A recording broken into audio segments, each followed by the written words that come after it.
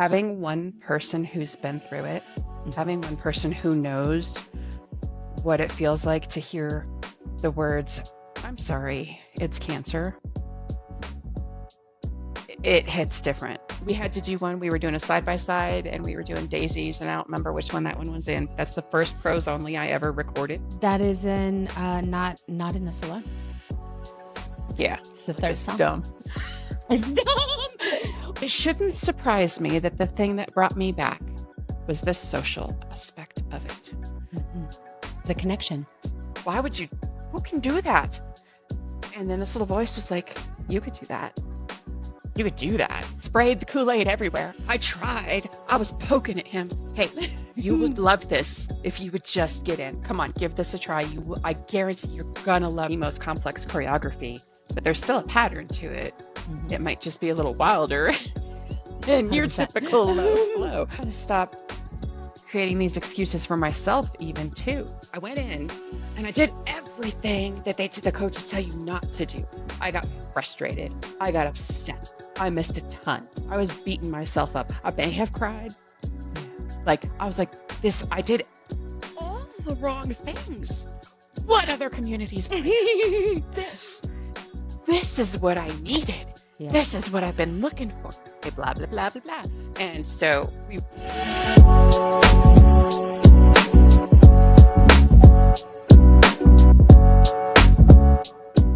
Hello, and welcome back to another episode of For the Love of the Map, where we chat all things supernatural, choreography, and finding joy in movement.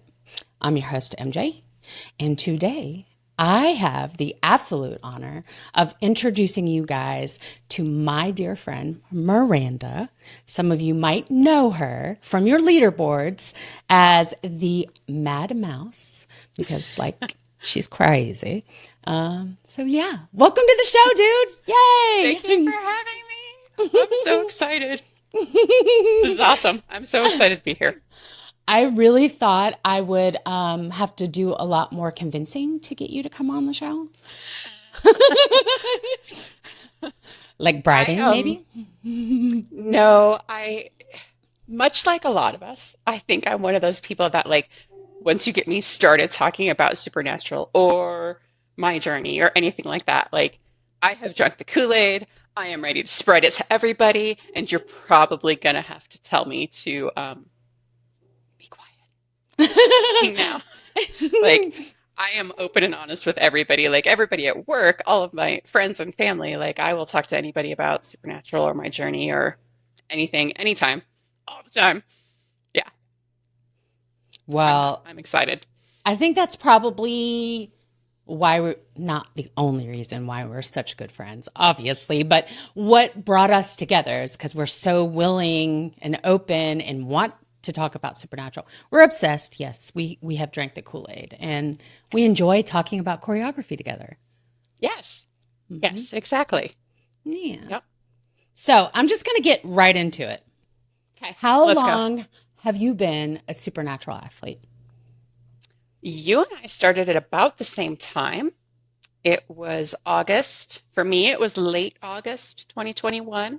So I'm over 3 years now. Mm-hmm. And going strong. Yeah. Yeah. I got my headset earlier in the year and started out Beat Saber and stuff like that. I tried some of the other rhythm games, but they weren't really my thing. I noticed, I was like, wow, my Fitbit thinks at the time I had a Fitbit, my Fitbit thinks I'm working out. What is happening? This is crazy. Can you work out in a headset? That's weird. Is that weird? Yeah. So. Did your Fitbit always think you were swimming? I think it might have. Or an indoor run. My watch if I'm in Beat Saber, my watch likes to think I'm doing an indoor run. It's interesting. It's interesting. No, man, I'm not running. Yeah, we don't run, man. So, something's got to be chasing us, or we're zombies. Running. Exactly. The apocalypse is happening, or someone's offered us $1 million, and then we'll be like, right. Okay, we'll run. I would run for that. Yeah, that's about it. So, did you get your headset for you, or did you get your headset for your kids? it was kind of a family thing. Okay. My dad had one, and this was early 2021. We were still kind of not so much getting together a whole lot, but like one of the first times we did get back together, he had this headset and then he stuck me in it, he stuck my kids in it, and we played Beat Saber, and I was like, oh, this is really cool. And I immediately went home and like bought one and all of the things for it, right? And it was a cool way to put my sons in it, and they could go play Beat Saber with grandma and grandpa and auntie and uncles, like all of those things. And so it was a family thing. Um, they were playing like the Darth Vader ones, Mhm. and they like the boys like the simulators, the job Yes. simulators. I'm like, Yes. you're gonna get in here and pretend you're doing a job. You Right. don't want to do that, dude. No one Or wants to the go do a chores. job. Yeah. Chores Like we can't get our kids to do chores in our house, but you stick them in the VR virtually. headset. Yeah. And they want to wash the dishes, they want to do all these It makes no things. sense. No. It makes no sense. But no, Mm-mm. I got it kind of for the family, and then um, I noticed that like Beat Saber was like working my heart rate up. So I was starting out easy, and then I kind of like bumped up a level, and I was buying all the packs, and we were playing together, and it was just really fun. And I was trying to find just different ways to like bump up the intensity. And then I even started getting to the point where it was like, ooh, I wonder if I can get better on this song. I really like this song, and it's kind of hard. Let me see if I can do this a little better. I wonder if I can beat it, right? Like I was gaming Mm-hmm. it. And then like my dad was like, "Oh, you should try Audio Trip. You should try Synth Riders. Some of these other ones." And I was like, "I tried them. I downloaded them, and I don't think I've opened them since." Yeah. So that was probably like April-ish up to July, August. Um, yeah, and then I think the thing that brought me to Supernatural was Chesney. Yeah. I don't know how it, that you start looking at different things and all of a sudden things show up in your feed and you're like, okay, I don't know how you knew I was even thinking about that, but here we are. Right. And I saw like Chesney had this big, it was like I don't know that it was necessarily even like a short ad. It was like a video, a YouTube video, like a commercial, but it was more detailed and like an interview with her, and she was talking Mm-hmm. about her journey and starting in the community and all of these things, and I was moved. Yeah. I was like, "Oh, wow, that's really cool." And it resonated with me, and I could relate to a lot of the things that she said. And I went and downloaded it. And at the time, it was still a 30-day trial, Mm-hmm. and it was like twice as expensive now as it then than it Yep. is now. Um, but I went in, I downloaded it. I think I went in and did like a lot of people do. They go in and they're like, "Wow, this is amazing," and they play, I don't know, 12 lows and they can't move the next day Yes. because Mm-hmm. it's so fun. And I was Right. like, this is working. I'm working out. Like, wow, this is because you got to start with when you first go in, it starts you with the tutorials and you're like, oh, okay, well, that's not that bad. And then it gets you into like the first ones it shows you are the getting Mm-hmm. started ones. And so I popped into those and did like all of them. Right. So when I started, there was only flow. Right. Um, and then boxing came out that year, that fall. I don't It was remember when it October. It was right after the October. MetaConnect. So it was either end of September or beginning of October. Right. Yeah. That's right. But I got into it and I was already in the community because I knew from the Chesney video that there was a community. And so I was like, but the community at that time was So small. half or it was so J- small. It was, Dude, there I wasn't mean, even like 10K people back then.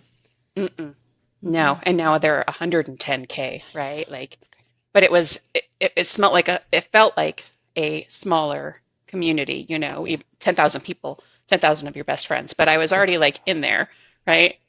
And I remember my second day was a workout with Dwana.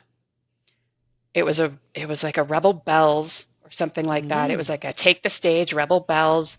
I don't know how old it was because I didn't realize, oh, this, that they were putting stuff out like every day. And I was kind of like catching up. And there was this one that somewhere in there, and I don't know, I think it also has had maybe a song removed since then, but at the time it was just really good. It reminded me of my mom. It has Heart and Pat Benatar and, stuff like that. And maybe Stevie Nicks. And she says something in there about giving it your all, or like, it's Dwana. She's super motivating Yes. and she relates things back to being a mom. And she said something about like all the times you feel like you failed as a mother. And it was like a gut punch and it took the air out of me. And all of a sudden I'm crying in my headset. Day two, Oh, wow. day, Day day two. two. And I posted in the community like, um, what is happening? Is this normal? Should I be crying in the headset? Like, it's weird, right? But it turns out it's not that weird and it's It's not not. all that uncommon. It's not. Stay tuned. One of us. You are officially one of us now. Yep. Yep. So that was like that's my origin story. I I was love that. crying on day two. On day two. I love that it was Chesney that brought you in, that you knew instantly there was a community. So it didn't Yep. take you a long time to find it. You were just automatically plugged in. Like, what are these people talking about? Who are these? Are they talking about workouts? Like, the community Yep. is such a different and magical sort of place on the internet. So Yeah. that in itself is motivating. The fact that you posted on your second day is huge, dude. I think it took me Well, there was about like a week. I posted about a week after. yeah. Yeah. I think I was posting pretty often, like from maybe not so much from the beginning, but pretty often. And then, you get like the same people that are kind of commenting and you kind of click with different people that were active in the community at the time. Um, and it just felt very welcoming and just really supportive and like we're all here for the same thing. And it was really, Yeah. really kind of cool. And like my family knew that I was into this and I was doing it and seeing results and all of these different things. And um, my kids knew, oh, mom's going to go do her inflatable balloon man thing. And they're like, are you playing Beat Saber? And I was like, no, there's this other thing that I found that's really cool. Um, and I would like cast it to the TV and they could see it and, stuff like that too. And so they've always been super supportive.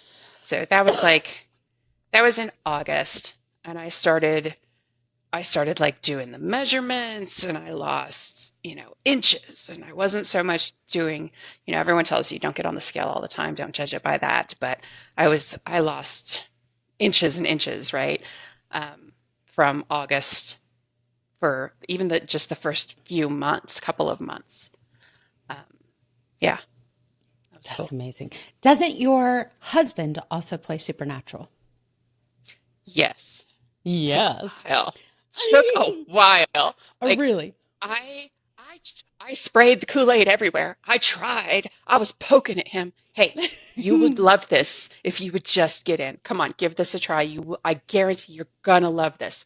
But it took like the next year, like Oh, a wow. blood pressure scare because if we go do biometric screenings, we get money in our HSA, blah, blah, blah, blah, blah. And so we went and did that. And they were like, dude, your blood pressure is really high. Like, I'm not letting you walk out of here without signing this form that Wow. basically says you're going to talk to your primary care doctor. Hmm. So he's like, okay. And so he does he does that and he goes and sees them and they're like, well, you've been sitting at home during COVID and not really moving a whole lot for a couple of years now.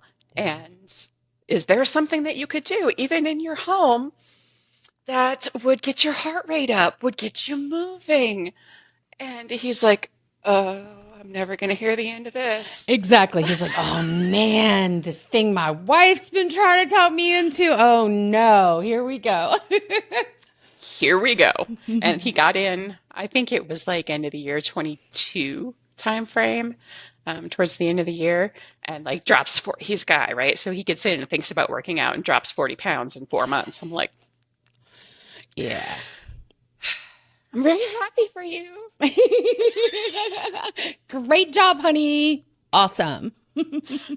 No, but it's even comparing like how and when he works out. Like we'll talk about workouts and stuff. He could care less about the social aspect of it. He could care less about the choreography. Like he's not oh, that one was really good. He's more of like the music really matters for him. Mhm. And he'll notice if the choreography, I mean, I've kind of biased him sometimes with my reviews since we Right. started talking about choreography.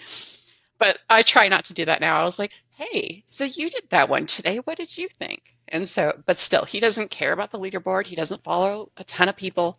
Um, he will give me crap sometimes. He'll send me a little text this with a frog every once in a while. Oh, I love And I'm like, that. okay, okay, that's fine. Okay. That's fine. I Um, see you. Okay. see, so we have a little bit of friendly banter. And we have like some friends, and he has coworkers. Like once he drank the Kool-Aid, he started telling his coworkers. I was like, Oh. see, and you thought I was crazy. Now he's doing it. But yeah. So he does it too, and it's kind of thing. It was kind of nice when I had my headset to myself because then we didn't have to fight over it. I was about to say, you guys share a headset, right? We share a headset, and I'm like, this is gross. Now I have to share with a boy. It's got the gross cuties on it. No. And he's the one, and he's like, well, you're the sweaty one. Controller straps are all gross. And I was like, so we have to space it out and we have to clean everything very well. And we do. I have profiles set up for my kids. They like to box. Oh. They are both ADHD, and it is very good for them also. Yeah.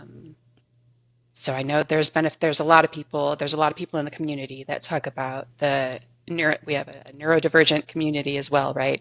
And just how good it is for the gross muscles, for the brain, just different, again, non-scale victories. The benefits of it are they're great. It's great all the way around for everybody. Drink the Kool-Aid. Yeah, drink the Kool-Aid. I think the non-scale victories, that being a part of Supernatural, committing to Supernatural on your health journey, are so much bigger, outweigh any of the scale victories. You know, like you said, we do have a big neurodivergent population section of our community. And it's so impactful for them. And for your kids, for my kid, I try and get her to play. She'll play every once in a while. But it's so helpful that engaging the brain, the sort of the distraction, the environments, the movement. The movement with all of that combined is what creates the magic of Supernatural. It's really 100%. unlike anything else in that area. Like anytime I'm trying, yes, I would love to see studies about that. Like, I think that would be really cool. Anytime I'm trying to get anybody to drink the Kool-Aid, they're like, wait, what now? You have a what? And I'm like, well, I have these goggles. So like anytime you're trying to explain it to somebody else, I think we sound a little nuts, and I'm fine 100%. with that. But I'm like, so I have these goggles, and I always say, well, have you heard of Beat Saber? And then I go into anyone who's ever actually played Supernatural would never compare it to that because the movement is so much more expansive. The boxing, the choreography, just everything is very, very different. Beat Saber, I do consider more of a game. I mean, yes, my heart rate will still get up, but it's got mechanics that are predictable. And once you figure out the patterns, and I mean, Supernatural is kind of like that too. You can have the most complex choreography, but there's still a pattern to it. It might just be a little wilder than your typical low flow. But once you figure it out, it's like, oh, I got it. Oh, I got it. Okay, there it is. I got it. Nope, I don't got it. There it goes. Yeah, there it goes. But there it goes. But I always say, I'm like, okay, so I'll start with describing it as Beat Saber, and then I'm like, and then it's nothing like that. Let me show you a video. Right, exactly. It's funny because to me, Beat Saber is a game that has workout attributes. You just happen to get your heart rate up, work up a sweat, but it is a game. Yeah. And supernatural is the opposite. It is a workout that happen to have some game aspects to it. You can gamify even more by, joining groups, doing competitions, creating your own sort of missions, like 100% on Madhouses, which Miranda has gotten, I believe, 2 of the Madhouses at 100%. You are still going after Welcome, but not really because you don't like it, but you are. That's a whole other conversation for later. We'll get there. So, we will. So there are so many gamifying of it that you can create on your own. Yep. Which leads me to the new feature that just came out, Supernatural Together. Yes. We need to talk about that. Okay. Because, okay. Wow. That just came out. Wow. This is Friday, recording last Wednesday. So it's been out for a little over a week now. Yes. And the community is going insane in good ways and not so good ways. So you and I have been around the block with this, right? Yes. Like, I remember when boxing came out, and there was a lot of people that were mad. And they were like, I am never going to use this. They don't listen to us. Why can't we just have custom playlists already? Like, I get it. And that was back when it was 20, 30,000 people, and now it's 110. And it's a little bit swamped with the negativity. And I'm like, if you don't want to do it, that's fine. Just, it's okay. No one's going to force you to do this. Give it a try. Mute, don't mute. No one can see you working out. It's a little fluffy avatar. Nobody knows that you're jiggling. No one knows that your thighs are clapping for you, like Juana says. I'm so glad you used her quote for this. They can't hear that. In case you're wondering, they can't hear that. Right. So I would say get in and try it, like get in and try it. The workouts are different than they are the regular weekly workouts. They're different drops than they are. Get in, experience it, give it a try. What's the worst that's going to happen? Exactly. You're going to get a workout in either way. Nothing. You're going to get a workout in. And if it's not for you, so be it. Go do your flow. Go do your boxing. Whatever you need to do. It accommodates any of your modifiers. One arm, knee strikes, large platform. And again, mute, don't mute. Talk, don't talk. Doesn't matter. Just go be in. You. Go be do you and have fun with it. And if it's not your thing, you tried it, you move on. It's the same thing with my kids. Okay, this is a new food. I need you to take at least 3 bites before you tell me that you're not going to eat it. Right. Exactly. Because I spent hours on this. Okay, maybe not hours. But if you think about it, the people behind this spent a year more. Years. Who knows? Years trying to, because it has been requested a lot. People are like, who asked for this? Lots of people. Yeah. Lots of people have asked for this. Because of people who came from Beat Saber, right? Where you can get how many people can you play together in Beat Saber? Isn't it like 5 8? in a room? 5? No, I think it's like 5. Maybe 8. I could be wrong. Maybe 8. I've only gone in with 5. So that's the most I've ever gone in and played multiplayer in Beat Saber. Same. I think that's about right. So yeah, I think that it was asked for, it was requested. I mean, we've been doing parties for longer than that, right? Exactly. We've been doing our own parties, and a lot of other people in the community have too. There are ways to do it without doing this. Right. And I think if you've got a bigger party, maybe we still do that. Yeah. Or we could all go in and we could do like multiple sets of rooms, right? We could do a couple of different rooms with 3 people in each one, and we don't have to use their chat. We could use a different Messenger chat, but we could still all hear each other, and we can still all go in, and we're all going to be synced. Yep. And we're all going to be these really fluffy avatars, high-fiving each other and clapping and all of these things. Yeah. It's really fun. I really like the way they did it. I agree. And it is totally different from the normal catalog in the library. Yeah. First of all, you got challenge zones. You've got all this fun stuff. The challenge zones are obviously my favorite. Turbo speed, things speed up. It is so Yep. cool, is the best. But again, you don't have to do it. I like No. it. I think it's really fun. And I also like the way they organized it to be more collaborative Yeah. versus competitive. However, stick me in a room with one of my friends, like my friend Chad, and suddenly the competitiveness comes out of me, and I'm like, I'm gonna kick your butt, Chad. I'm I'm getting coming that for, MVP. yep, I'm getting MVP. Like, but anyone else, I'm cool. I'm like, we're doing this together. But like, you put one of, you put Chad in there, and I was on it, and my heart rate got so high because I was giving it everything I could so he wouldn't win. Dude, he brings that out in people. Yes, yes. We love So that. it can be what you It can be need whatever it. you want it to be Whatever you want on it to any be, given day. for sure. Yep. I Yeah. think that's It's fun. awesome. Yeah. It's fun. And I I think hope more take people some give it a time. chance. I hope so. I hope so. And I think that if you turned off by the community by now, right, it's been a week, y'all. Like, okay, it's going to die down. The dust is going to settle. This happened with boxing. This happened with knee strikes. If you've been here for a little while, you've seen it. It's going to be okay. Mute it if you need to. Scroll on by. Don't feed the negativity. Go in there and give some love to someone who said, wow, I was really against this and I went in and I tried it and I changed my mind. Go bump that post. Go comment and say, wow, that's awesome.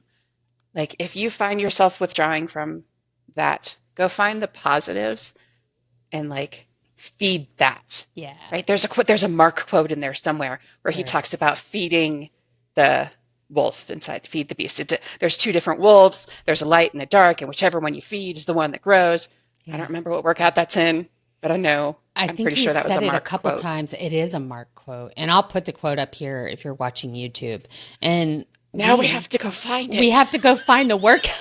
Thanks, Miranda. You're on this mission with me. We have to go find the workout now so that I can also put the workout up here. I don't know. It wasn't on my list. It wasn't on my list. It's not in my notes, okay? It just came to my brain. We'll It figure it did. out. It did. And we'll Yes. figure it out. Yes. So So, I have an ulterior motive for having you on the podcast today. A little bit.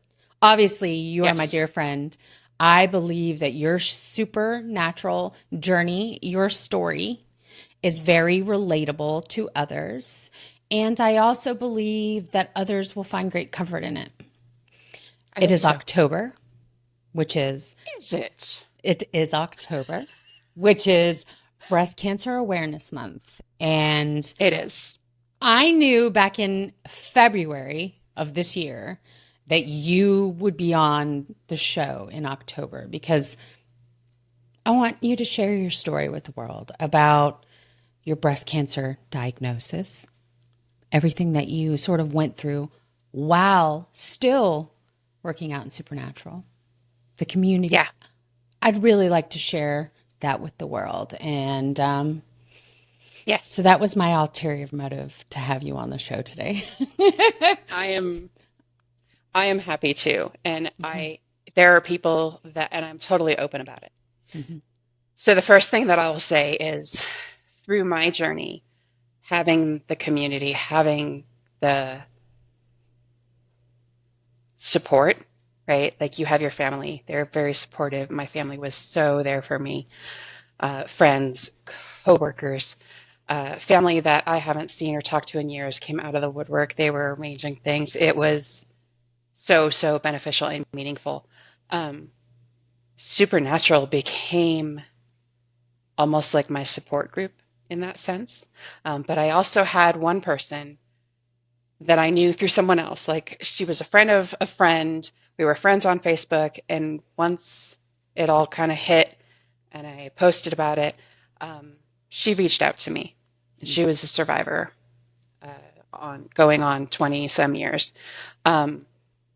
And she and I developed this relationship and she was there for me. And even though her journey is different than mine and was, before mine and things have changed in the medical community and with treatments and all of this over time, having one person who's been through it, having one person who knows what it feels like to hear the words, "I'm sorry, it's cancer," it hits different, right? Like just having that person. And that's why they tell you to go to these support groups, Yes. because you're talking to people who are going through it. Um, she was my person. And I'm going to shout out to Karen. I love you, Karen. Yeah. We love you, Karen. Anyway, so yes, she was my person, and then the community, like it became just this place for me to, it was an outlet. It was a support group. There's a lot of other women and men. I remember a man in the community who was going through breast cancer and treatments. Um, it's not just women, but it is. I will soapbox. I'm gonna pop up these few PSAs here and there. 1 in 8 women will be diagnosed or will go through it within their lives. Wow. How many women do you know? I'm one of the many women you know. Ooh. There shouldn't be a stigma with this. There shouldn't No. be let's make this open. Let's talk about it. It's a lot of women, and I thought it was like 50, 60-year-old women, right? This is an old lady problem. I was 42. So I had been doing Supernatural since August. I dropped 3 inches off of my bust because we're women and it drops off of there first. I don't know why. Just does. Relatable. So, and then I felt something, right? And so like PSA number 2 is if you feel something, say something. If you're, a lot of times it's a partner because they're looking at you every day who will notice, hey, you've got a weird dimple going on there. What's that about?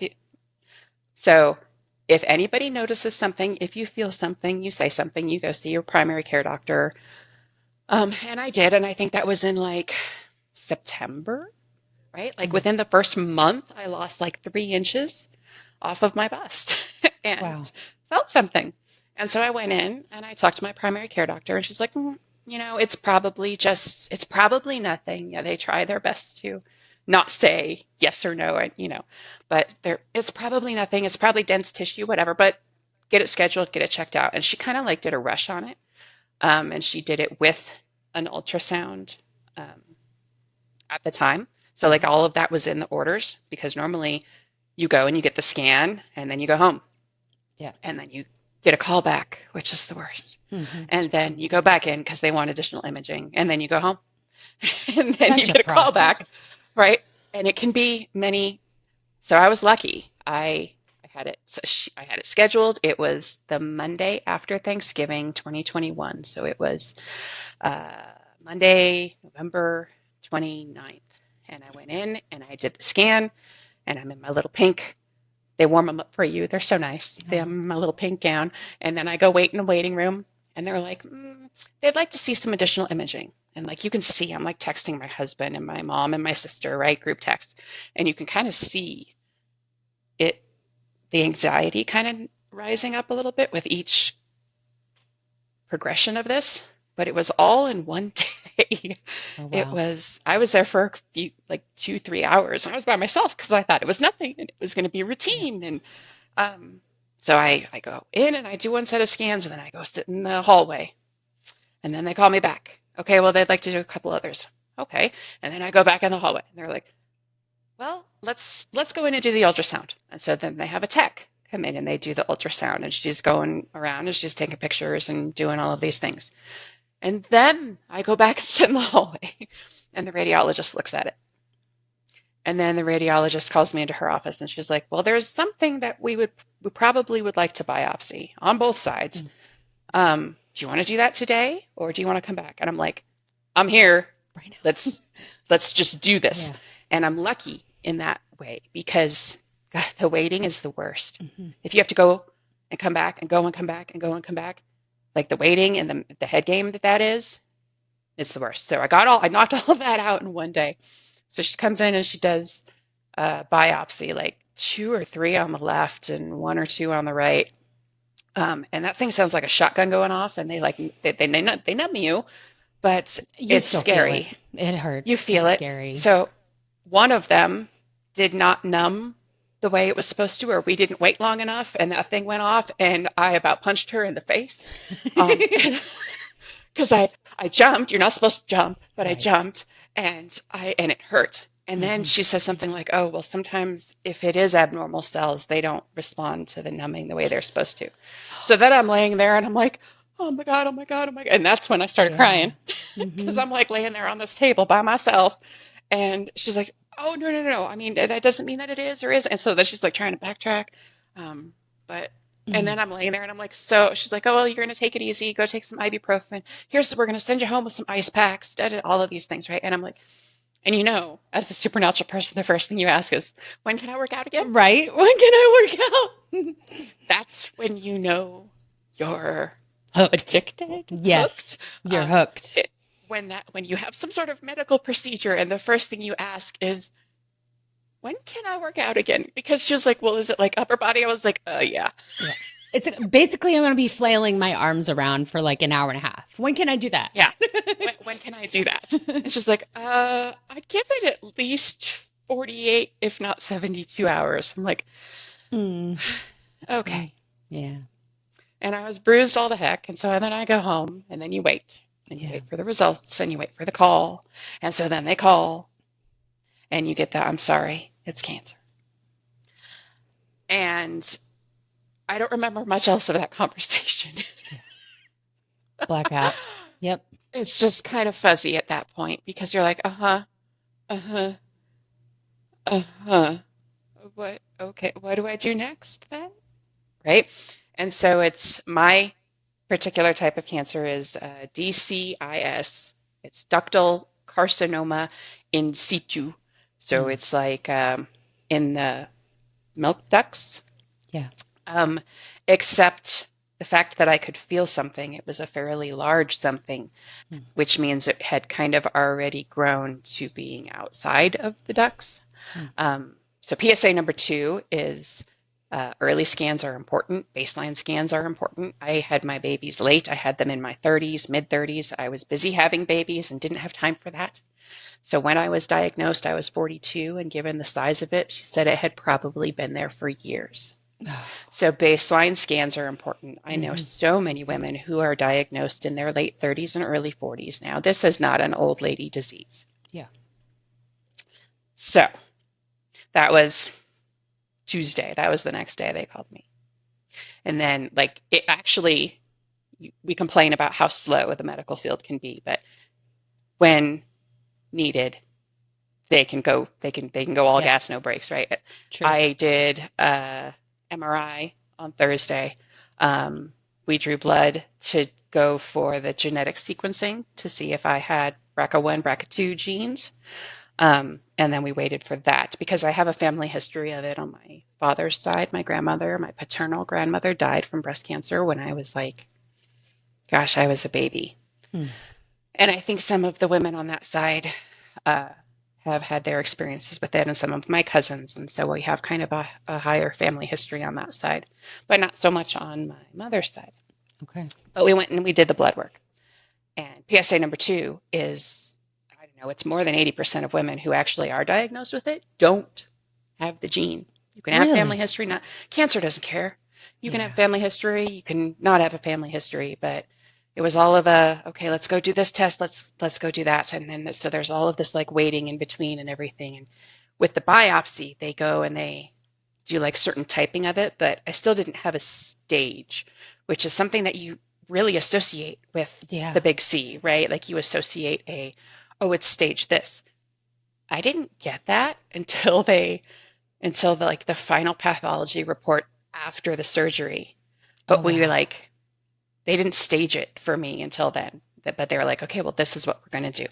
So they kind of did a typing. They look at what makes it up because they've learned so much out of this in the last 20 years, right? But they look at, it's called ER, PR, and HER2. So ER, estrogen, PR, progesterone, HER2, I cannot remember what that stands for, but the ER, so it's estrogen, progesterone. Mine were positive. Those markers were positive, which means my hormones were feeding my cancer. And the HER2 being negative means it was not super aggressive, which I was very lucky. Yeah. So it was kind of of all of the things that you could have wished for, No one wishes for this. But if you were going to say, this is what we're looking for, you kind of wanted to know that you could hit it with these hormone treatments and that it's not super aggressive, um, and all of that. But even Yeah. still, once you know that it's there, it's like, I'm like, okay, so what's the Get next it step? out. And they're like, well, surgery. I'm like, yeah, Yeah. so let's do that. And they're like, okay, well, that's probably going to be after the new year. I was like, no, can I talk to someone else? And I was like, look, I love you. You're awesome. Like the first surgeon that I talked to, I was like, you're awesome, but like I don't know how you pulled my card, but is there someone who can do it sooner? Because like once you know that that's there, it's like invader. It's like Yeah. invading your dreams. I'm like picturing stuff out of Stranger Things. There's like malignant. Malignant is just a bad word, It is a right? bad word. I I'm agree. picturing like tentacles. I think maybe I was watching Stranger Things at the time, and that was a bad idea too. But I was like, it's in my body. We get it out, get it out. And they worked some magic, and it was December 21st. We were still waiting though for the genetic sequencing to come back because if I had the gene, we were going to take them both. My left was clear, my left was malignant, my right was clear. And so it was, are we going to take them both? Well, if you have the gene, then the other one's just you're just waiting for the other shoe to drop. Even though most women don't have the markers, but I did ask at the time. So when it came back and I didn't have the markers, I'm like, so should we just take? A lot of people would just take them both, and they said no, you don't have to. Don't do that. If it's an extra surgery, it's an extra recovery. It's a lot harder on your body.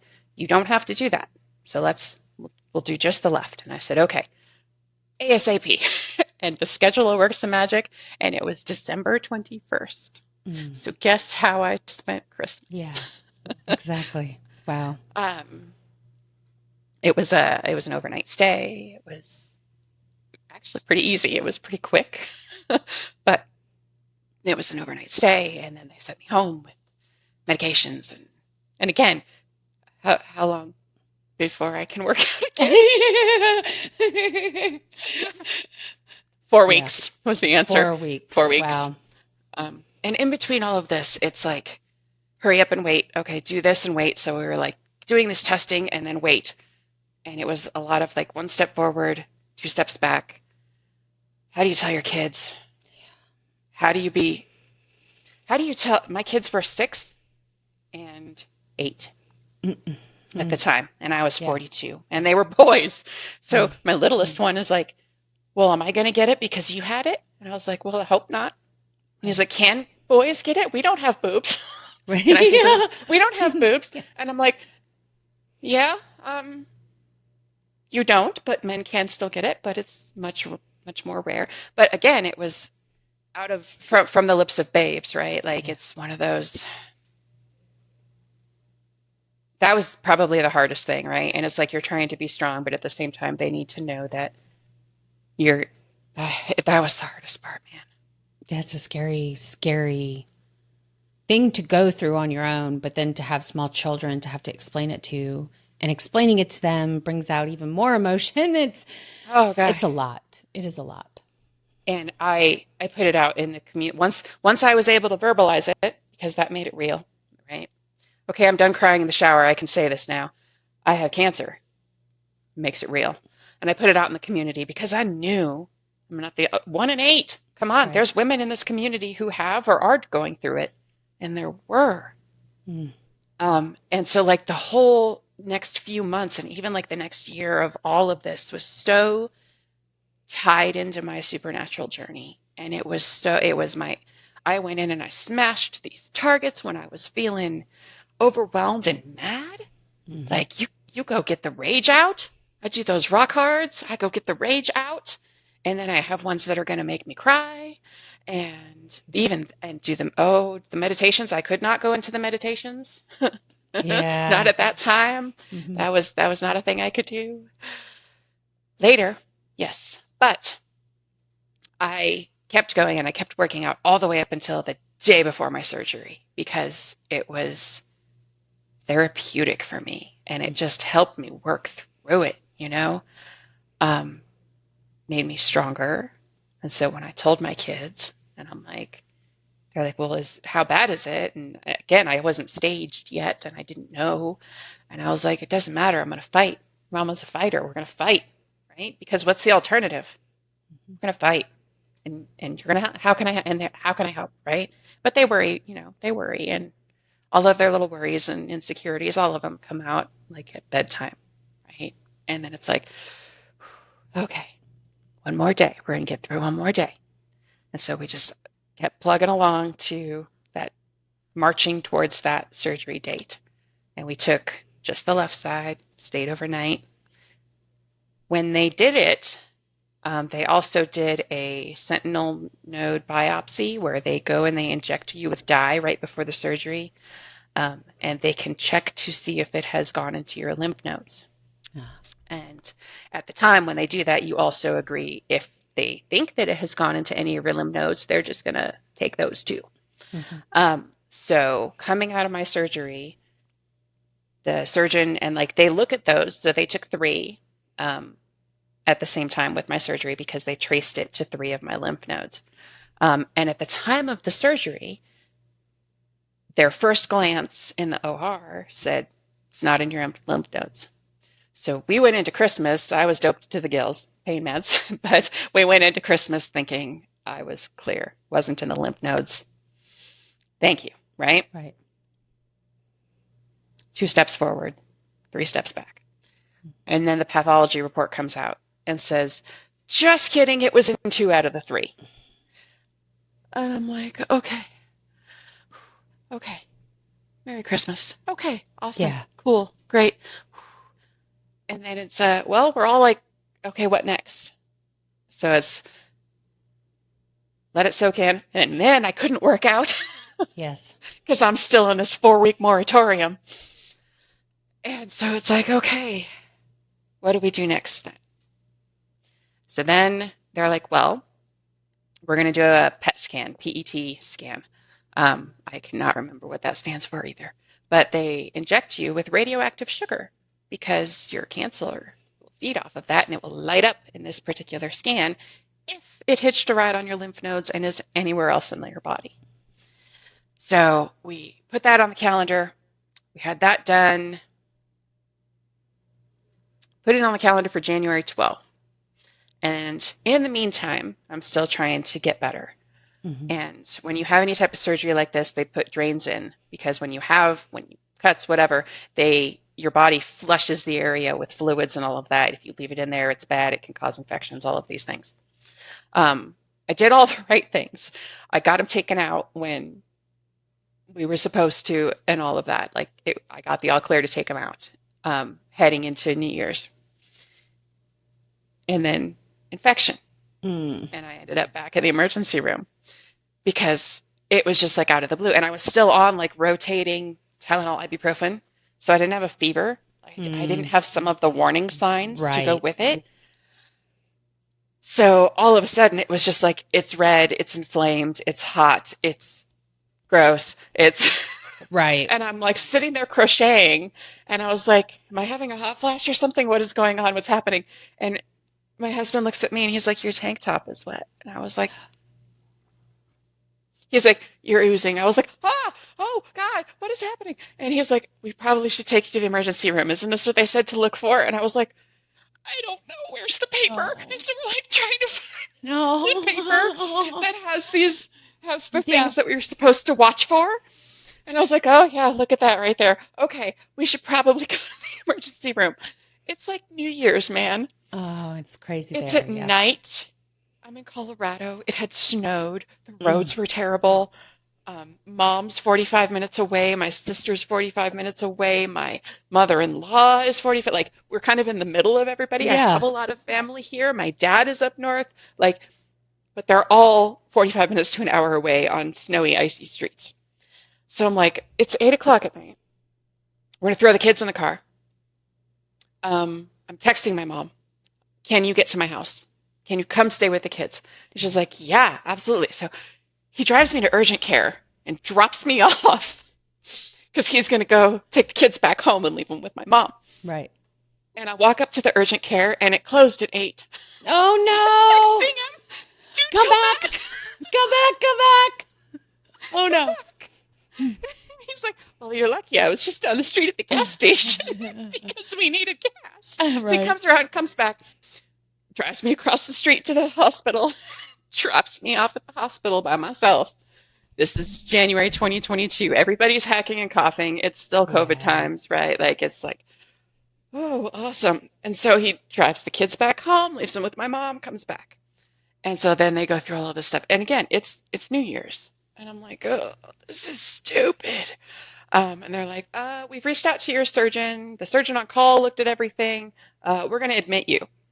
And I'm like, I thought they were just going to give me some antibiotics and send me on my way. And they're like, nope, we're going to admit you. She wants to see you in the morning and look at it herself. I'm like, okay. Um, so I tell tell my husband, I'm like, okay, I'm here. We're good. We know what's going on. We know what the path forward is. Go home. The kids are going to freak out. Go home. Be with them. I'm okay. I'm okay. What can you do here with me? You're going to sleep on this uncomfortable couch that you haven't slept on since our kids were born, right? Those Right. awful couches in the hospital They rooms are that awful. they fold out. Hmm. No one's sleeping on that. And I was like, and I don't have my earplugs, and you're going to snore. You're going to say that you're getting sleep, but you're going to snore and it's going to keep me awake. Go home. I love you. Yeah. I know you're here with me, but no one's going to do anything if we don't get a good night's sleep. So they're like pumping me full of IV antibiotics, which I find out I'm allergic to. Oh, Just forward 3 steps. yes. I'm not allergic to anything, like, in my whole life. And all of a sudden, I'm like, y'all, I'm really itchy. It's like 3 a.m. and I've already gone through one bag of the stuff, and they're about to switch it out for like the next bag of the stuff. And I'm like, should I be red like this? Mm. Should this be itchy? And they're Right. like, nah, No, no, no. no.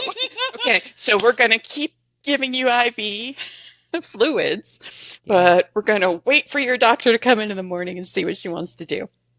I'm like, okay, okay.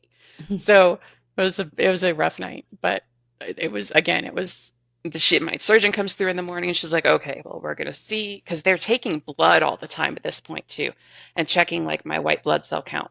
And they're like, if it's not responding to the antibiotics, that means you've got like, I think it's called cellulitis, which is a skin infection, right? Um, and if that's the case, we have to take you back to the emergency, or not the emergency room, the operating room. Um, reopen Mm.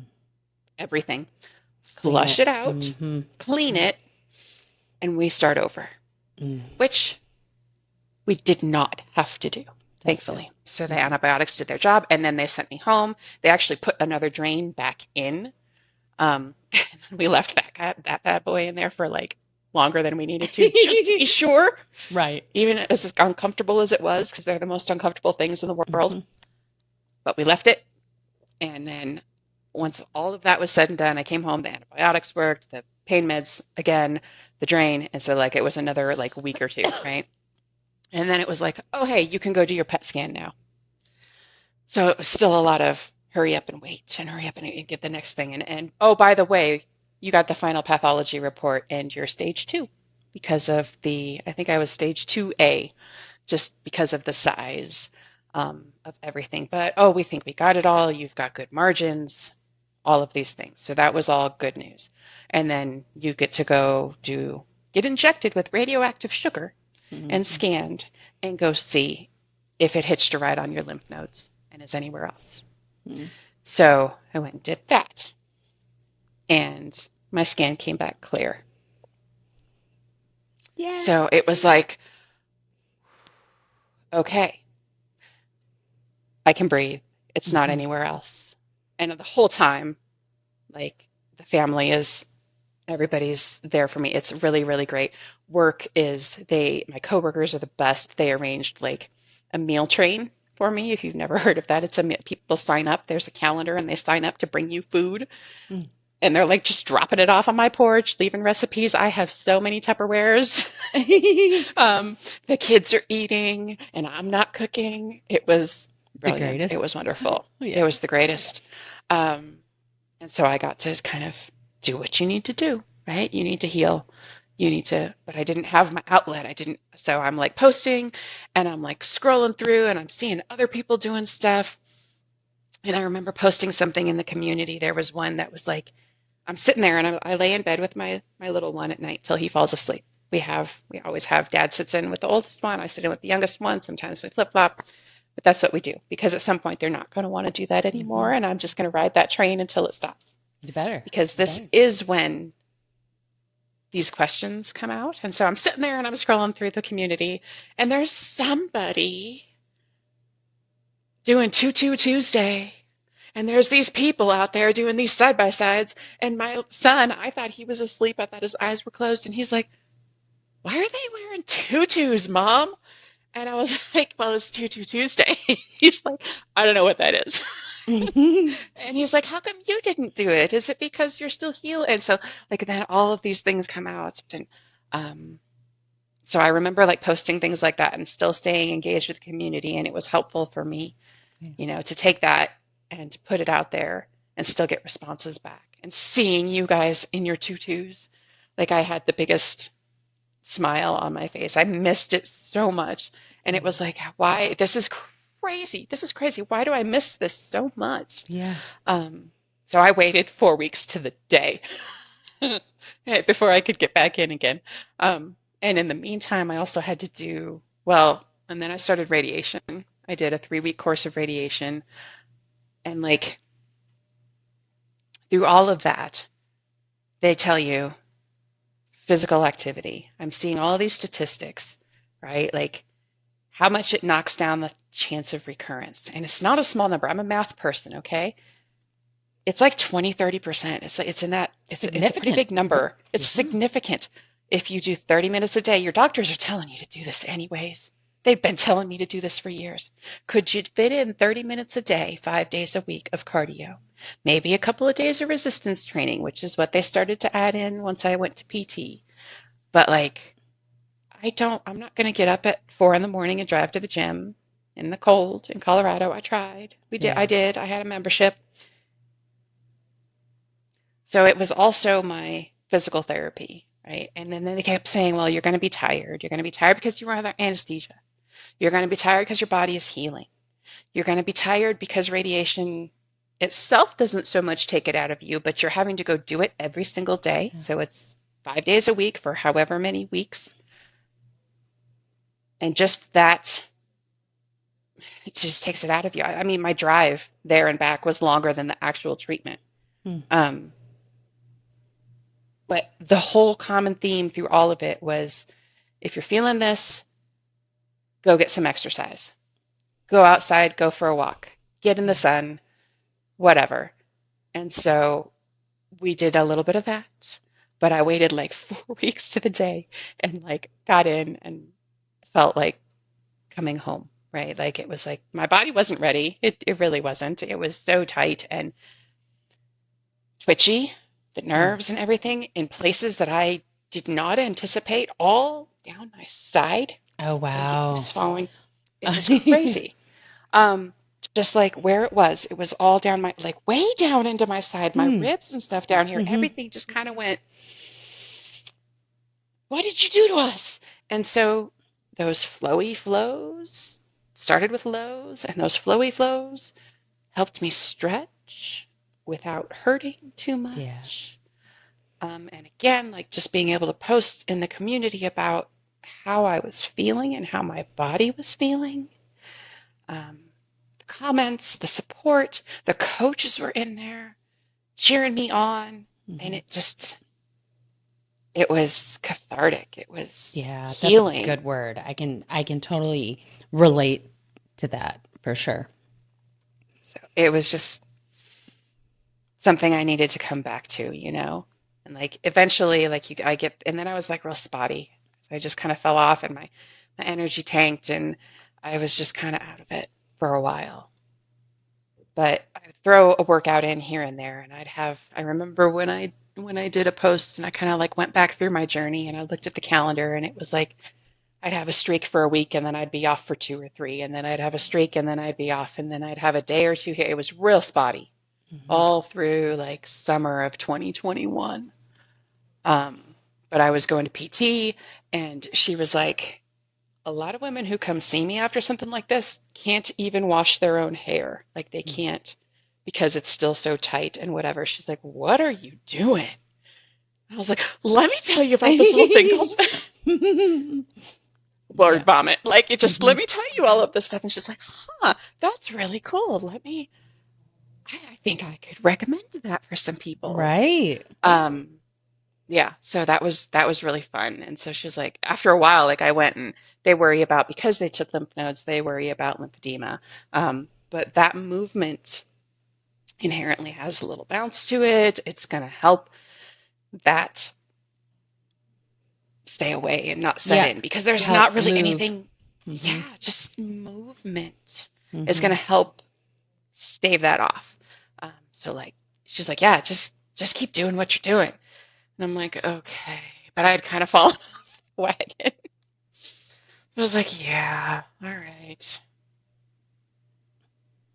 fine. Hmm. My energy had kind of tanked, Yeah. but I was still there. I was still looking at the community. I was still like, okay, I need to get back into this. It's going to be better for me.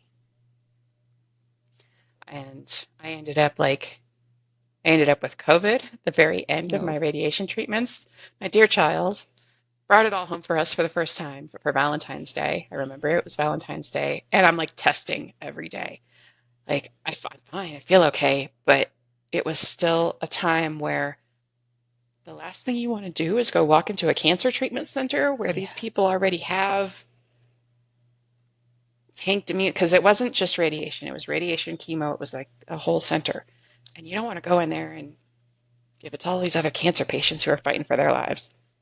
So they're like, okay, have you come up? And I'm telling them this. I'm like, my son is positive. And they're like, are you? And I was like, no. So I'm wearing like the super mask every time I go in. And my very last treatment, I finally popped up positive. And they're like, here's what we're going to do. We're going to move you to the end of the day. We're going to have 2 techs stay past 5 o'clock. They're going to take care of you. Everybody else will have gone home. I walk in there and they're in like the full up suits. You're And like, I'm in my N95 mask, and I'm like, oh my God, I just want to get through this. This is the last treat because you have to do it yes. on schedule because it builds. And even once you stop, Yeah. it continues to build in your body. Um, it doesn't really, it just keeps going. It doesn't even really like taper off for a while after you're done with the treatment. I was like, we need to get this last one done. We can't just like push it into next week or the week after that. It was like 12 days or something like that Mm. on the first time before I tested negative again. But it was like, well, we're going to do this. It's your last treatment. We're going to do it and we're going to be done. Hmm. So we did. But I remember that too. I was February like 1st through the 21st basically of 2021. And then we were done. And then it was like, okay, what next? Then what? Well, now you can think about whether you want to do a reconstruction or not. But if you do, because you've been radiated, it's common practice to wait at least a year because it changes those cells, it changes the musculature beneath it. You need to give it time to soften back up and Mm. to just heal. Hmm. And I was like, a year? A year? What am I going to do with myself for a year? Guess Heal. what? Supernatural Yeah. heal and Hmm. supernatural and Yeah. physical therapy. But it took me time to get back in. Yeah. But that's a lot. That's a lot. Well, I'm interested. You got away from getting in, from keeping your streak, from keeping the commitment of exercise, basically, to Yeah. yourself, right? What Yep. was it that got you back in? That finally clicked for you? Because ultimately, it always has to be us accepting and deciding Yes. to commit to do it. And usually there's a Yep. little push. There's usually something that happens, or a community, or a workout, even something that you just want to get back in for. What was that? Do you remember what that was for you? It was some of the external communities. I Okay. started seeing competitions. Mm-hmm. And I started, I mean, the other community, the main community was getting bigger and bigger and bigger, right? Boxing was out and they were pushing it Mm-hmm. for um, Christmas and, all of that stuff. And there was a lot more people in there and it felt not as personal to Yeah. me. As intimate. Um, as intimate. Yeah. Yes, yes, that's the word. And so Mm-hmm. I was like, man, I need something. I need some sort of motivation. And so I started seeing posts for like Eucland, and it wasn't called that at the time, but they were doing brackets. And so you can see it in my journey. You can see like the week that they were doing brackets, and it was like every other day I was in. I always got knocked out in the first round. So that was my on week. Then I was done. Yeah. Um, and that was like through the summer. And like I remember taking my headset with me. We went on a vacation. We had this big, beautiful house with a pool, and it was really cool. Like doing a bracket, and doing like a high boxing for the first time because it was whatever came out that day. You had to Yep. do it, um, and go against somebody. And I was like, man, I've never done a high boxing before. I don't know if I could do this, but I did it. And then I went and jumped in the pool, and that was the best thing ever. Yes. Because I don't have that here in Colorado. Yeah. Pools are Sorry. not a common thing. Um, but they are where we were visiting, and so having that and having like a competition, like, oh, I got to get in today because I've got to do this, right? Whatever. So you can see it on the little calendar. You can see like a week on and then like some time off. And then you guys they'd run another one. And it was like a week on and then some time off. And then like brackets were like, meh, okay, we're not really going to do those anymore.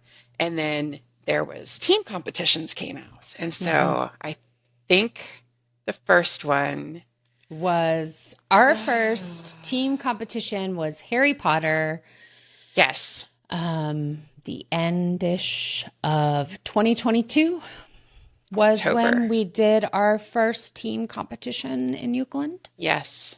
Yep. What house I were always you mix it up. sorted to? Gryffindor, baby. From day one, you've been a Gryffindor? I Seriously? have. Why did I think you Yeah. weren't a Gryffindor the first year? I I don't was know a why. Gryffindor the first year. I've You've always been a been a Gryffindor. Gryffindor. Here, This I'm whole going to time. interrupt this because we haven't had a podcast episode, but I did speak about how we were going to do this year's Harry Potter tournament, and I was taking some time off to focus on that with the community and everything. But for the third year, Slytherin won, but Gryffindor, we tied with Also won. Gryffindor. They also won. Gryffindor won year 3. Slytherin won year 3. We had the exact same amount of participation, which was so close to 100%. Huge. It's huge. Huge. Everyone It's showed up. huge. Everyone showed up. Every single Everyone showed workout. up. Yep. We had 100+ people, and it was just something about the team workouts motivate me Yes. more. And I was thinking about this Mm-hmm. because there's a question that I was thinking about. And Sure. it shouldn't surprise me, but it didn't click for me until literally like midnight last night. It shouldn't surprise me that the thing that brought me back was the social aspect of it. Mm-hmm. The connection, human The connection. connection, the human, the connection, the teams, I'm going to film myself in the stupidest costume and put it over here because it's a private community. It's a big community, but it's private. It's Right. not 50,000 or 100,000. Yep. But it took me a lot to be able to do that because I'm sitting over and I'm like, well, do I put in my falsie? Because anytime I'm going into work or whatever, there's aspects to that. And finally, it just took getting comfortable with my own body as it was, right? And doing these competitions, you can't tell. Yeah. I'm this big. Yeah. What was I freaking out about? Well, But I just- remember I specifically went searching to see when you came into my orbit, when I started noticing and knowing you and getting to know you. And I went back through and you had commented about sending in a video for a group side by side. And it really touched me because I could tell you wanted to do it, but you didn't feel, you were scared. A lot of people, It's a lot to put yourself on video. Yeah. It's scary. Yeah. It's very scary. You're not looking at it that way, but we're No. always so critical of ourselves. Exactly. And you just gotta, it's a whole mental block. It is. You just gotta take the jump and just do it. So there's pictures of me. We had like an ugly sweater thing going on. It was like that Christmas or something, because I Yeah. remember I had like this event. elf Mhm. and it was boxing, and I had these elf legs that were like dangling. Dangling and going around. The itchiest, ugliest sweater on the planet. Oh my gosh. And like a Santa hat. And I did it in Nightmare Before Christmas came out that year. Like during Disney Villains or something like that. Or well, I guess it was during Harry Potter. And It then was. I did it in a Jack Skellington onesie. You did. I went off the deep end, right? Like, You were all in, and that's what I love. Like, yeah, if you're going to do it, go all in, you know? just go. Just go. do it. That's how, so that was like the end of and you can see it, right? Like I kept, for this, I went and I scrolled back through all of this stuff. You can see, so right, like radiation was February. I waited even some time after that. You could see March, April, May, June, July, August, September, spotty. Right. Spotty. Off and on and off and on and on. I restarted my streak. I don't know how many times. It's in one of my posts. I started, stopped, fell off, and restarted a lot of times. But the thing that brought me back was the team workouts, and it wasn't just Euclid. It was I did Supernatural. I did it SNCE. Yeah, supernatural events. Community events. They do their competitions. And then once I did like a Euclid one, and I did the SNCE one, and I was like, and that one, those ones are intense, right? They're a week and you have a lot of workouts. It's like 70, 80 minutes commitment to cap or whatever it is. It's a lot. And I was like, man, I don't know if my body can do this, but it did. Yeah. And I was so like, man, this is awesome. Mm-hmm. And then that brought me into like the SMAC group, the supernatural metal athletes, right? Like, because I was asking, I was like, what other communities are there? This is what I needed. Yeah. This is what I've been looking for. And so that's when I ended up on my Beast Mode team. And a big shout out to my Beast Mode girls, right? Like, big shout out. For me, the social aspect is everything. Yeah. Like I said, my husband could care less. I'm his social. I'm on his leaderboard, and a couple of our friends, right? Like, he doesn't really care. But like, he's sitting there with me, and we're like playing in competitions, and I'm snort laughing, and he's like, "Oh God, what did Banana say now?" And like, or just like he knows yes. Everybody. He knows my SMAC girls. He knows the Beast Mode girls. We're going for a meetup, like, in like a few weeks. You think about, you guys get to meet. So I'm so excited for in person. In person, it's going to be awesome. And it's like, people are like, they're like internet people. You've never met them before. They could be serial killers. You don't know. And I was like, I know. I've known them for like a year and a half now. So that was all like beginning of 2023 when it really just clicked. You got that the community part. Yep. Clicked. It's the community. It was the community. And it was so everything that I needed that I didn't know I was missing. Yep. And it was so important to find those people. And there have been ups and downs and ins and outs, but like, it's still just, again, like the theme that kind of runs through it all is the people that I found. Because you connect with them. They rely on you. That there's this aspect of teams and the external communities that you can't get from just the main community. You know, people are relying on you. You know that. Yeah. And so you show up. Yeah. And you do for them what you sometimes won't do for yourself. And then that makes you stronger, feel stronger. Yes. You feel better. You're giving that energy to other people. It's just this very symbiotic situation. Yes. And it becomes this, okay, well, I'm going to stop creating these excuses for myself even too, right? Like there were times it's people that are going to check on you when you go dark that you wouldn't have thought. And again, it's the same type of thing where if you've got someone who you have this commonality, you have this something that brought you together, but at the same time, these friendships and these relationships develop and they notice when you're not there. Yeah. They notice when you're quiet, but it's so much more than supernatural. I can go talk to them about anything, Yeah. um, laugh about anything, cry about anything. Again, I've got two ADHD kids, and sometimes it's so much. But until you talk to other people, and they're like, "Oh, well, I have ADHD, and I can tell you what it does for me," or I also have kids who are struggling with this, and as a Mm-hmm. mom, or as a dad, or you know, um, and it's just everything for me. It's supernatural is like the roots of it, but it just bloomed at Yeah. that point into this big, full, embracing thing that I crave now. Mm-hmm. That like it's like, who am I? Who is this person? Because, and again, like I don't know why I'm surprised, because in my past life as a gamer, it was always, I'm not going to get in there and go do this by myself. I was always at a minimum with my husband, and then it was like a group of so and so, and then it was like big groups of so and so taking down this huge monster.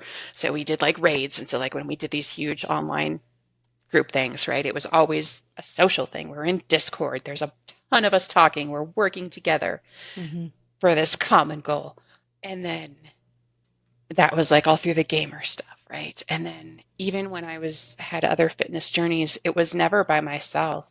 Mm-hmm. The ones when it worked for me, it was because I had a friend who was going with me. We went and we did these classes together.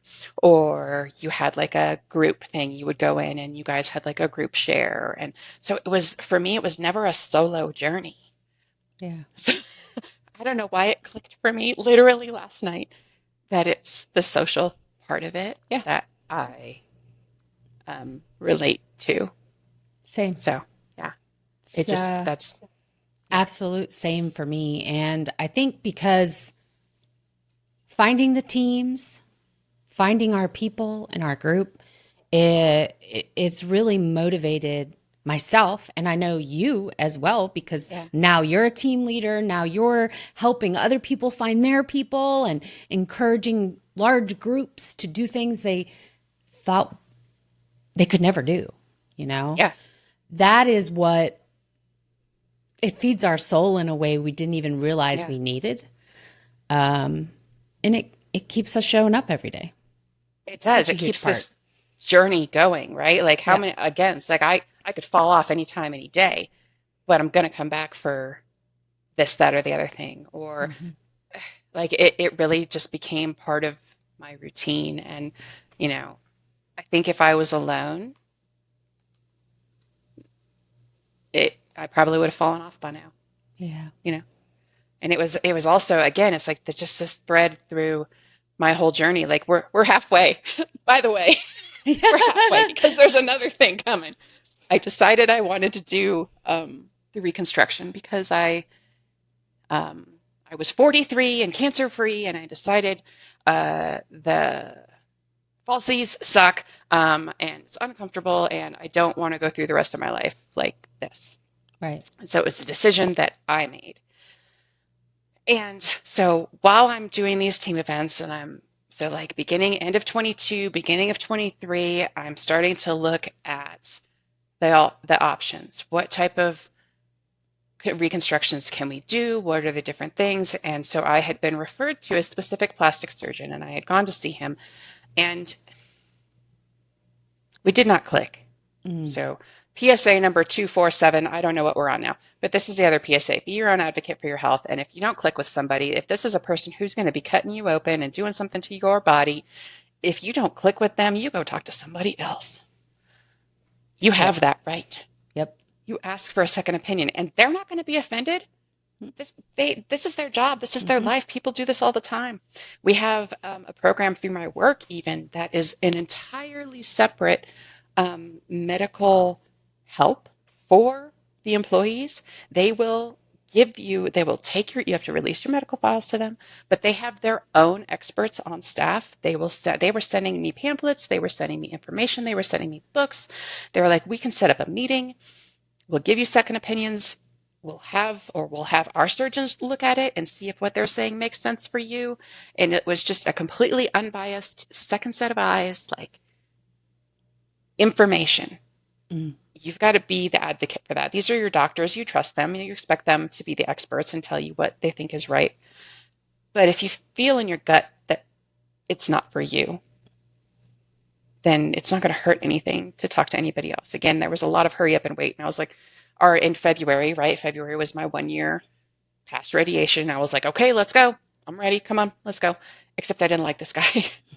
Yeah. And so I went back to my surgeon, the one who did not kick me out for asking if there was somebody else, if she couldn't do it soon enough, because I clicked with her when she said, I like putting cancer in buckets.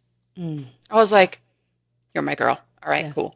So I was like, and I talked to my primary care doctor, the one who saved my life, right? The one who said, nope, it's probably nothing, but go get it checked, right? And she's also awesome. Like I could see myself drinking a glass of wine with her. Having a care team that you can be yourself with and that you can be open with and talk to. I went to them and I'm like, I need somebody else. Who should I talk to? And they each gave me some names and I picked like a common name off of that and made an appointment with them. And even though it pushed it out, so come like March, April, so we're past that year mark. So it pushed things out. But I went and I got a second opinion. And I talked to this other person, and it turns out she did an entirely different type of surgery that I was way more interested in. And the stuff that the first guy was telling me was all based off of the one procedure that he knows how to do. And the information he was giving me about the one that she does was not entirely from a place of knowledge. And so once I started talking to her, I was like, oh, well, that sounds like a thing I might be interested in. And so there was a lot of go and research and look at it. Now, this surgeon, this is going to come back to supernatural, I promise. This surgeon was also very similar to me, very blunt, open. She's like, okay, well, if you do this, it is no joke. You need to train for this, like you're going to train for a marathon. And so the type of surgery that I did, it is I think it's called like a deep DIEP or DEIP flap. So they use your own body's tissue and relocate it. So they take it out of my abdomen with a certain blood supply and a very small fraction of like intestine, right? Because of the abdominal muscle, because it has to have a blood supply. Right. But it's like a huge surgery. It's like 10, 12, 13 hours. It is a massive surgery. They have two surgeons in there with you. They've got a microsurgery because they have to stitch all of the blood supply together once they take it off of here and put it up here. But there is no foreign body in my body. I didn't have to do expanders. I didn't have to do an implant. That was not the best option for me that the person was selling me to begin with because of my radiated tissue. It potentially would not respond the way that we think, and it could fail. Okay. There's risk with any surgery, okay? And that was my case. That may not be someone else's case. That was the case for me. I learned recently, now that I've done this, that having my own tissue there, and your abdominal tissue, your baby belly, is the closest to actual breast tissue, so that's why they use it. It also had a lot of high risk of failing. What if it started dying? What if it didn't have the blood supply? And if it's going to do it, it's going to do it within the first 48 hours. Or even during the surgery, they're going to take it out, they're going to cut you open, they're going to get in there and realize that the radiation shriveled up all of your veins and arteries and there is no blood supply to give it. And then they close you up and you go home and you've done all of it for nothing. Yeah. But the odds of that, it's not zero. However, she said, because it's such a huge surgery, you need to train for it like you're going to train for a marathon. I want you building up your endurance. I want you pounding protein like nobody's business. You need to up this. You need to up this because you're going to come in at this level and it's going to lay you flat for months. This is harder than your mastectomy. Yeah. This is like 3 times harder than your mastectomy. You're going to come in at this level and it's going to level you down to here. So if you can bump that up, your starting point, it's only going to drop you here. And you won't have. So that's how she put it to me. So how did I train for this surgery that I wanted? You joined lots of team competitions. I know that much. I remember you were a part of every team competition. I was. Mm-hmm. I did as much as and not only that, but I started going for long because I was doing 30 minutes a day, 5 days a week. Mm-hmm. Boom, in, out, done. Yeah. Right? Dude, I went part-time. Um, I actually went part-time. Yeah, I went part-time in like spring of 2022 because I was like, Work full how am I time. supposed to work Oh, full-time? yeah.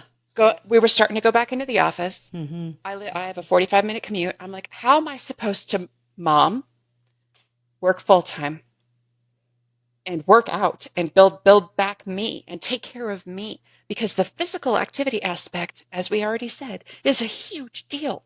I Mm-hmm. don't want this coming back.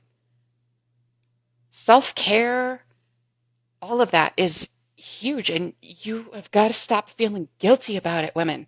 Yep. Men too, probably, right? Like, there is no shame if it's going to make your life better and it's going to make you stick around better and you're going to be a better person and be in a better mood and a healthier person. All of the things that they tell us, Mm-hmm. except our brains don't like to actually listen to. And so something had to give. Mm-hmm. And I was lucky enough, not everyone can do this, and I know that. I was lucky enough that I could take a step back because my husband was doing well on his side of things, you know? And so I was able to cut back and take the time. And so I'd be in there and I started working out mid-morning and I started going from 30 minutes to 40. And then I went from 40 to 45. And then I went from 45 to 50, and I just kept bumping it up. And then I was doing an hour. And then I needed to buy this other headset with the battery that I could swap. And everybody told me about. And so then I needed extra batteries. But again, I was still always just doing it with the teams and with the groups, and it just pulled me in and pulled me through. And then I started bumping up intensities. Like even in 22, even with the competitions, I could count on one, maybe two hands, the number of high intensity workouts that I did. Mm-hmm. Like that was not my thing. I was like, these are stupid. Who does this? Right. This is not a workout. I'm back in Beat Saber. What am I doing on Expert Plus? This is stupid. Oh, and you were loud and opinionated about it because I remember specifically having a conversation, not just with you, but one of my fellow admin. Like, she is very vocal about this and she's going to create some negativity. People are not going to believe in themselves that they can do these highs. Like, we have to get to the shit. Like, we have to talk to her. We need to work out with her. We need to show her how capable she is, like help her feel that way. And that's a big part of our competitions is helping people discover that they're fully capable of doing all these hard things. I remember the first one was, I think it was during Wizard of Oz. And I think it was, I don't even remember at this point, but I thought it was, I know I have a post about courage. Show me something you're courageous. But then there was also one that was go back and revisit a workout that kicked your butt. Yep. And come away with it with a yellow box. Mm-hmm. Go see if you can do better. And that was like April, May, right when I was starting to do this slow build. And I went back to, it's this workout that my husband loves. I will find you the card. It is a high intensity. I couldn't do it when it came out. I made him do it because I couldn't do it. It was somewhere in the range of my surgery, recovery, PT, something. And for whatever reason, I went ahead and tried it anyways, I think. I think it was between the mastectomy and when I was like building back up. It might have been over that summer, and it laid me flat. And I was like, I did it because of the music. It's a rock hard. It's called Becoming the Bull. It's got like Atreyu and Trapped. And all your kind of jams. And polyamorous, and it had Rise Against in it, and it was my music. I'm a rocker girl. But like, I was flat on the floor, but I did it. Mm-hmm. And so then in the competitions, I came back and I said, this is going to be the one that we're going to redo. I remember when it was. I did it in a party. I did it with like Beast Mode girls. It was during a time when we had to do Madhouses. It was May. Because that's the first time I did all the Madhouses back to back. Yes. And that was dumb. I think that would have been the Uke Olympics, and it was the anniversary team event we put on because it was our year of having Euclid open. And we did an Olympics thing because I was on a different team than you, but we've ever been on the same team. We've never been on the same team. We've never been on the same team. We should fix that. Oh, we should. We definitely should. Maybe later this year or at the beginning of next year. Wait a second. I have a feeling that would be too much awesome in one place, and maybe that's why. They might not allow us. We might get some vetoes. Yeah, maybe that's it. That might happen. Anyway. But you were so sweet. You allowed me to join your team's chat so that I could come to one of your workout parties. And I said, hey, I know I'm not on y'all's team. I'm just here to work out with you. Thanks for having me. And what's funny is year and a half later, that messenger chat is still in my archived area showing I'm active on a call. It says I'm still in that party. It's like, Marla, you're still talking to them. Which is hilarious. It's broken. But I joined that day that you played all the Madhouses back to back. At that point, you were not a fan of Madhouses. You thought it was dumb.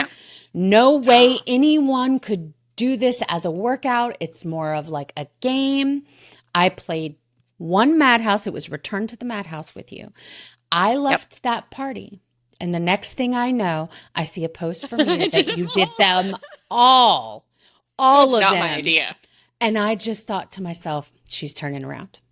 She's turning around. She's going to be full of herself now and know what she is capable of. Watch out, world.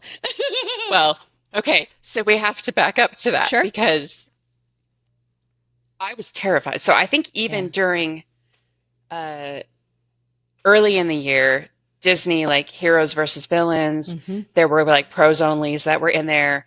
And I went into them. And I don't think they were Madhouses at that time, but I think it was like Bring Down the House I think it was Bring Down the House. And I was like, I went in and I did everything that the coaches tell you not to do. I got frustrated. I got upset. I missed a ton. I was beating myself up. I may have cried. Yeah. Like, I was like, I did all the wrong things that they were coaching you. Like, I did not listen to them at all. I didn't even turn them off. I don't think we could at that time. But still, I did not listen. Yeah. And I was like, this is so dumb. This is so dumb. I hate these. I think I had done a Madhouse like before that. And then like that one, I was like, okay, well, I'm not going to get so frustrated about this. And the only way to beat it is to like jump into another one. And so I did like Bring Down the House. And I was so mad at myself when I was done with it, with my bronze. I was so mad. Why did I care about that? They tell you not to. Exactly. And I jumped into Not in This Alone. And I was like, this is even more stupid. I'm never going to get these. These are so dumb. This is more stupid. And I finished it. I don't think I bailed out of it. I finished it. I think we had to do one. We were doing a side-by-side, and we were doing daisies, and I don't remember which one that one was in. That's the first pros only I ever recorded. That is in Not in This Alone. Yeah. It's the third song. Dumb. It's dumb. Well, that was one of the first, that was the first pros only side-by-side, because I always try and put community side-by-sides out that are super accessible at all, usually mediums. Yep.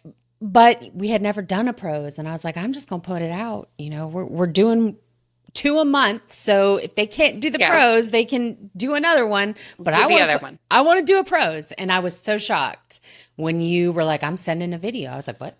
Really? Okay. Come on. This girl? This girl? Right. Because at that hates point, pros. Right. We were friendly, but we weren't friends yet. We weren't in each other's lives daily talking. Yeah.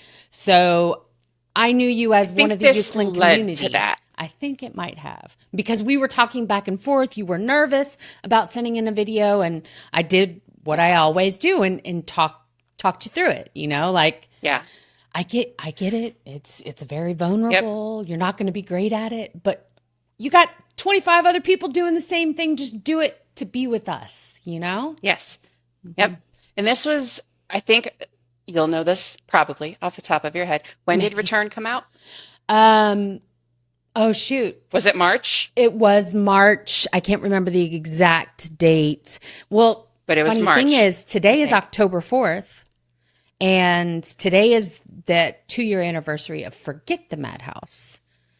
And I So it think, would have come out in March the following year, is my all thinking. right, I It was made a March list. something. Okay. Mm-hmm. My prose journey. My 2023. first one was Forget the Madhouse in January. Oh. That is the first prose I ever did, Oh, was wow. Forget. Okay. It was in January of 23 for a competition. So And then Forget in had been out a few March, months. Yeah. yes. But when I did it, it did not have. So that we figured this out too. January 5th, it did Was not have the first song. The Lost Art of Keeping Mm-hmm. a Secret. So it had been out since October, and that week, that day even maybe, because Yes. I thought there was someone who did it January 5th and they had that song, and I did it January 5th and they did not. Mm. But I did it in January for a competition and was like, this is the stupidest thing I have ever done. Who does these? Like, Who makes so these? forget who makes these, who makes these, who enjoys these. This is dumb, You people are dumb, crazy. dumb. Y'all are crazy. This will never be my jam. Yep. I remember you And saying that. then March was Bring Down the House and Not in This Alone, and that was on the same day because I tried. So I did one for the recording, Mm-hmm. right? I did one for Daisy's, and then I was like, okay, well, I'm gonna jump into the other one because that's how I got to get over this. I have to get over this fear, Yeah. and I have to get over this depression over not doing well at this and not succeed. It beat me. Like Yeah. they beat me. Yeah. No, come on. And then we did return together in April of Okay. 2023. Mm-hmm. And that is when Mouse was born. It is when Mouse was born. You're absolutely right. You're absolutely It right. may have even been like my first party because Oh, I was wow. terrified. Y'all had been doing Return because I think it came out like in March or something. It did come out And March. when it came out, y'all, it's pros only day. It's so much blowing up. I called into your party chat when you guys were doing it when it came out that Yeah. morning, and you did it back to back, and I We was like, did. y'all are crazy. I called into it so I could listen Mm-hmm. because I was at my kid's dentist. Waiting room, and I'm like listening to you guys on my earbuds, and I'm like, what? This is insane. I can't. There's no way. I can't do this. And then I think it got put in a competition or whatever. I was terrified. And I don't think we were on the same team even at that point, right? Like I don't remember which one it was, but it was in April of 23, early April of 23. And I was like, oh, I can't. I'm not gonna. And everyone kept telling me it's better in a party. It is. Get in there, do it in a party. Yep. It's better in a party. This was after Knee Strikes came out, and I had the coach off because I think at that time we could do focus mode, or I had Mark turned way, way down, and I forgot That that there were knees. and there's not knees in the first song. Right. And then Ties That Bind comes on, and Mark tells you, now I think this is a good time I should remind you that there are knees. And I think I either had him off or turned down. So I didn't hear that warning. That first knee strike that came on and the sound that came out of your mouth of shock and surprise, you sounded like a mouse. Just like, yeah. That's what it was.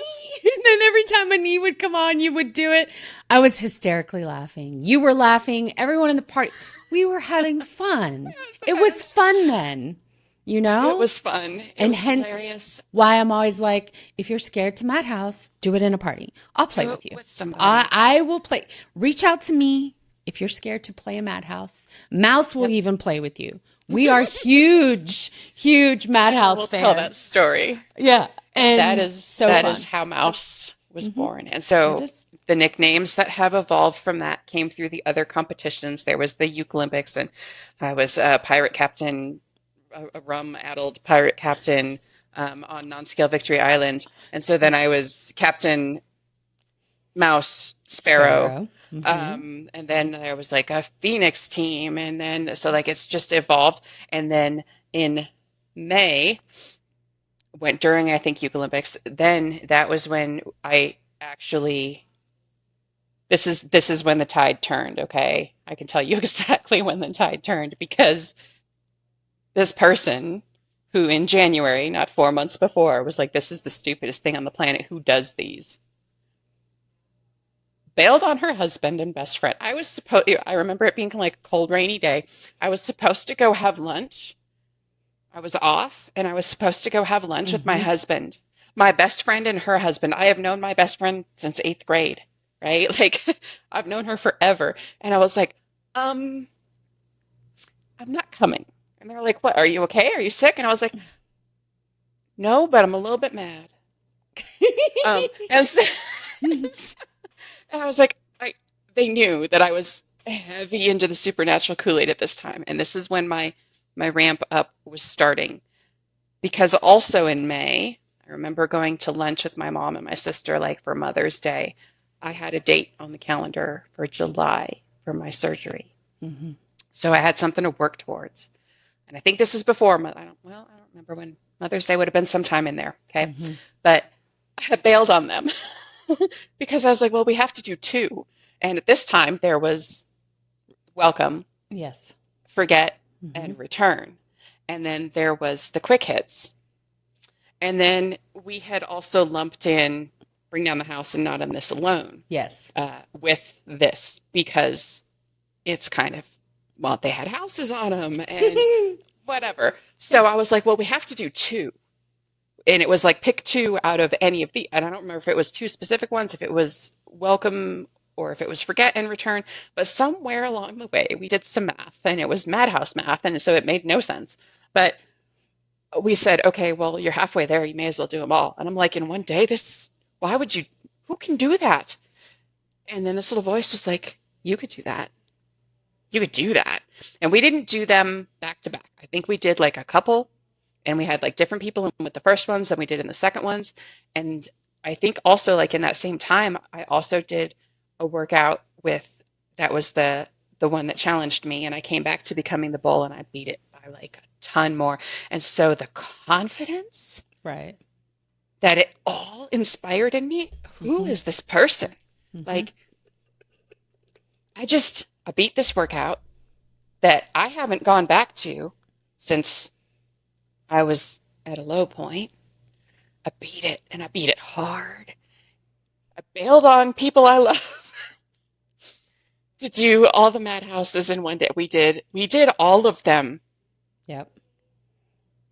Including Bring Down the House and Not in This. Like we did all of them. Yeah. It was dumb. And we've done that since then. Yes. With the Madhouse monster at least once. Yeah. Twice?